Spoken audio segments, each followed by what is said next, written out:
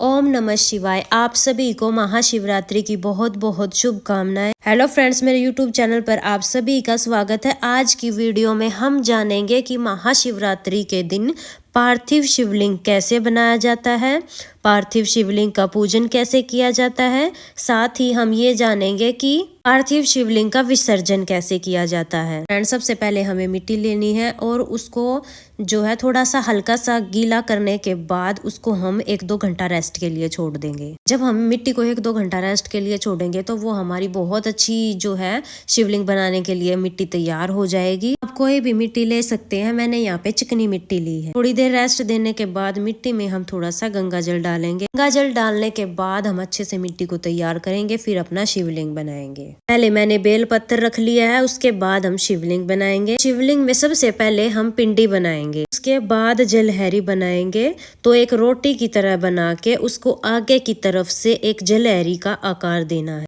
जब भी हम पूजा के लिए कोई भी मूर्ति बनाते हैं तो उसमें दरार नहीं पड़नी चाहिए, इस बात का हमें ध्यान रखना है। तो जल से हमें इसको अच्छे से चिकना कर देना है।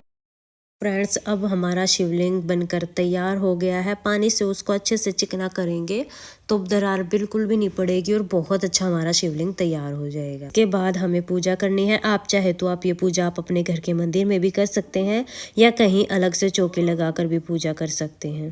तो पूजा करने के लिए हमने चौकी लगा ली है और उस पर सफेद रंग का कपड़ा बिछा लिया है। इसके बाद थोड़े से फूलों का आसन देकर हम यहाँ पे शिव परिवार को विराजमान करेंगे। अब जो हमने पार्थिव शिवलिंग बनाया है उसको यहाँ पे विराजमान करेंगे। फ्रेंड्स, एक बात का हमें ध्यान रखना है कि जब भी हम पार्थिव शिवलिंग बनाते हैं तो उसको थोड़ी सी ऊंचाई पर रखते हैं कि मिट्टी की मूर्तियाँ बहुत ज़्यादा जल्दी खंडित हो जाती हैं। शिवलिंग को हमें इस तरह से विराजमान करना है कि जो जलहरी है वो उत्तर दिशा की तरफ हो। जो हमें सबसे पहले जल के छींटे लगाकर शुद्धिकरण कर लेंगे। अब सबसे पहले देसी घी का दिया जलाएंगे और व्रत के लिए संकल्प करेंगे। संकल्प करने के बाद पूजा शुरू करेंगे। सबसे पहले हम जल से अभिषेक करेंगे। फ्रेंड्स, आप जल में गंगा जल जरूर मिला लें। से अभिषेक करने के बाद हम कच्चे दूध से अभिषेक करेंगे। आप चाहे तो आप पंचामृत से भी अभिषेक कर सकते हैं। पंचामृत में दूध, दही, घी, शहद, शक्कर पांचों चीजों को मिलाकर आप पंचामृत बना सकते हैं।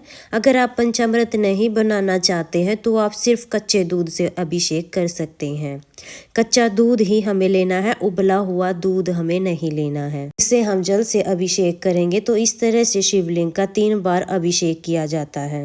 इसके बाद हम वस्त्र स्वरूप कलावा समर्पित कर देंगे। अगर आपके पास जनेऊ है तो आप जनेऊ समर्पित कर दीजिए, जनेऊ नहीं है तो सिर्फ कलावा भी समर्पित कर सकते हैं। साथ में ही आपने माता पार्वती की जो मूर्ति या फोटो ली है वो उन्हें हम लाल रंग की चुनरी समर्पित करेंगे। फिर इसके बाद हम चंदन से तिलक करेंगे। तो आप पीला चंदन, सफेद चंदन, कोई भी चंदन ले सकते हैं। तिलक करने के बाद हम तिलक पर चावल समर्पित करेंगे। साबुत होने चाहिए, टूटे हुए नहीं होने चाहिए। फिर हम बेलपत्र समर्पित करेंगे। तो बेलपत्र आप 2, 5, 7, 9, 11, 21 कितने भी बेलपत्र समर्पित कर सकते हैं। चिकनी साइड से स्पर्श कराते हुए हमें बेलपत्र समर्पित करना है। एक बात का हमें ध्यान रखना है कि पेड़ से हमें बेलपत्र नहीं तोड़ना है। शिवरात्रि के दिन आप 1 दिन पहले तोड़ सकते हैं और आप बेलपत्र शिवरात्रि के दिन खरीद सकते हैं, लेकिन बेलपत्र हमें पेड़ से नहीं तोड़ना है। इसके साथ ही आप शिवजी भगवान की प्रिय चीजें उनको समर्पित कर सकते हैं, जैसे कि आप भांग, धतूरा, ये चीजें समर्पित कर सकते हैं। के बाद हम फूल समर्पित कर देंगे। तो जो भी फूल आपको मिल जाए आप वो फूल समर्पित कर दें। हम भोग समर्पित करेंगे। तो भोग में हो सके तो आप बेर का भोग जरूर समर्पित करें। अगर आपको बेर नहीं मिलते हैं तो कोई भी ऋतु फल आप समर्पित कर सकते हैं। आपको ऋतु फल भी नहीं मिलते हैं तो फिर आप बताशा, चीनी चढ़ा सकते हैं।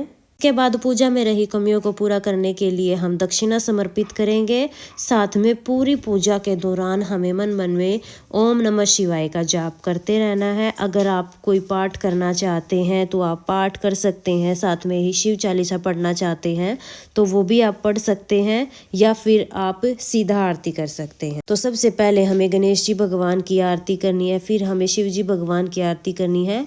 तो बहुत ही प्रेम पूर्वक हम आरती करेंगे।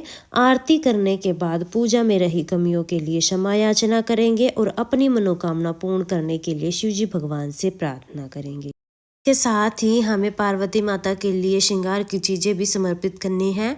आप कितनी भी श्रृंगार की चीजें ले सकते हैं, 2, 5, 7 कितनी भी ले सकते हैं, लेकिन पार्वती माता को आप श्रृंगार का सामान जरूर समर्पित करें। इस तरह से हमारी पूजा पूर्ण हो जाएगी। फ्रेंड्स, शिवरात्रि के दिन आप सुबह शाम किसी भी समय पार्थिव शिवलिंग का पूजन कर सकते हैं। पार्थिव शिवलिंग का पूजन करने से मनोकामनाएं अति शीघ्र पूर्ण होती हैं और फिर अगले दिन हमें विसर्जन करना होता है। लेकिन अगर आप सिर्फ एक बार पूजा कर रहे हैं, यानी आप सुबह पूजा कर रहे हैं, तो शाम को हम विसर्जन कर देंगे कि 3-4 घंटे के बाद जब दीपक शांत हो जाएगा, उसके बाद हम शिवलिंग का विसर्जन कर देंगे। विसर्जन कैसे करेंगे? जो भोग प्रसाद है वो हम सभी में बांट देंगे पहले ही, और जब दीपक शांत हो जाएगा तो दीपक को हटा लेंगे। जो दक्षिणा चढ़ाई है ये दान कर देंगे। अब हम विसर्जन करेंगे। शिवलिंग का घर पर विसर्जन करने के लिए आप कोई भी एक बड़ा बर्तन ले ले और उसको जल से भर ले, और जो शिवलिंग है ओम नमः शिवाय का जाप करते हुए हम इस जल में विसर्जित कर देंगे। शिव जी को विसर्जित करने के बाद जो जनेव है उसको आप निकाल सकते हैं, मंदिर में चढ़ा के आ सकते हैं जब भी आप मंदिर में जाएं। और जितना भी आपने सामान चढ़ाया, फूल पत्ते, वो सभी हम शिवलिंग के साथ विसर्जित कर देंगे।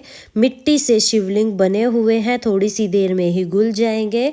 जब ये शिवलिंग घुल जाएंगे तो इस जल को आप पौधों में डाल देंगे। तुलसी के पौधे में नहीं डालना है, बाकी आप किसी भी पौधे में इस जल को डाल सकते हैं। इस तरह से हम घर पर बहुत ही आसानी से शिवलिंग का विसर्जन करते हैं। तो फ्रेंड्स, आई होप आपको ये वीडियो पसंद आई होगी। तो ये जानकारी कैसी लगी कमेंट करके जरूर बताना। वीडियो पसंद आई हो तो वीडियो को लाइक कर देना। अगर आपको वीडियो पसंद आई हो तो वीडियो को लाइक कर देना, और हिंदू धर्म के सभी तीज त्योहार पूजा पाठ देखने के लिए मेरे चैनल को सब्सक्राइब कर लेना। अब मिलेंगे किसी और नई वीडियो में, तब तक के लिए ओम नमः शिवाय।